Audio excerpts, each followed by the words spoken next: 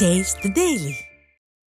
காஞ்சிபுரம் மாவட்டம் பரந்தூரில் விமான நிலைய திட்டத்திற்கு எதிர்ப்பு தெரிவித்து கிராம மக்கள் போராட்டத்தில் ஈடுபட்டனர்.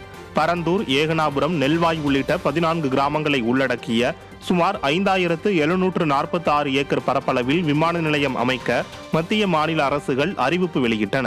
இந்த அறிவிப்பு வெளியான நாள் முதல் தங்கள் நிலங்களில் ஒரு பிடி மண்ணை கூட தரமாட்டோம் என கூறியும், விமான நிலையத்திற்கு தரிசு நிலங்களை தேர்ந்தெடுக்க கோரியும் 866வது நாளாக கிராம மக்கள் போராட்டத்தில் ஈடுபட்டனர். மைனாரிட்டி பாஜக அரசும் திறனற்ற ஸ்டாலின் அரசும் மக்கள் மீது அக்கறை இல்லாமல் செயல்படுவதாக குற்றச்சாட்டு எழுந்துள்ளது.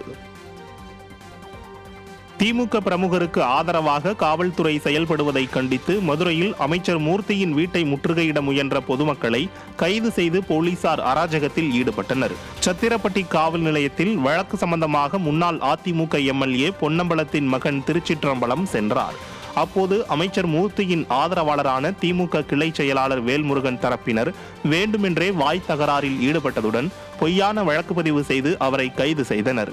இதை கண்டித்து மதுரை ஐயர் பங்களாவில் உள்ள அமைச்சர் மூர்த்தி வீட்டை முற்றுகையிட முயன்ற பெண்கள் உட்பட 50க்கும் மேற்பட்டோரை விடியா அரசின் ஏவல் துறை வலுக்கட்டாயமாக கைது செய்தது.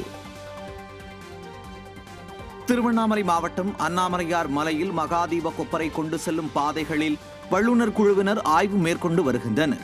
பெஞ்சல் புயல் காரணமாக மண் சரிவு ஏற்பட்டு பாறைகள் பலவீனமாக இருப்பதால் இந்த வருடம் கார்த்திகை தீபத்திற்கு அண்ணாமலையார் மலையில் ஏற பக்தர்களுக்கு தடை விதிக்கப்பட்டது. இந்த தடையை நீக்க வேண்டும் என எழுந்த கோரிக்கையை அடுத்து மலை ஏறக்கூடிய சூழல் குறித்து வல்லுநர் குழுவினர் ஆய்வு மேற்கொண்டனர். 200 மற்றும் 300 டன் எடை கொண்ட பாறைகள் ஆபத்தான நிலையில் இருப்பதாக தெரிவிக்கப்பட்டுள்ள நிலையில் புவியியல் வல்லுநர்கள் மலையை இன்று ஆய்வு செய்த பின்னர் கொடுக்கப்படும் அறிக்கையின் அடிப்படையில் பக்தர்கள் மலை ஏறுவது தொடர்பாக மாவட்ட நிர்வாகம் உரிய நடவடிக்கை எடுக்கும் என தெரிவிக்கப்பட்டுள்ளது.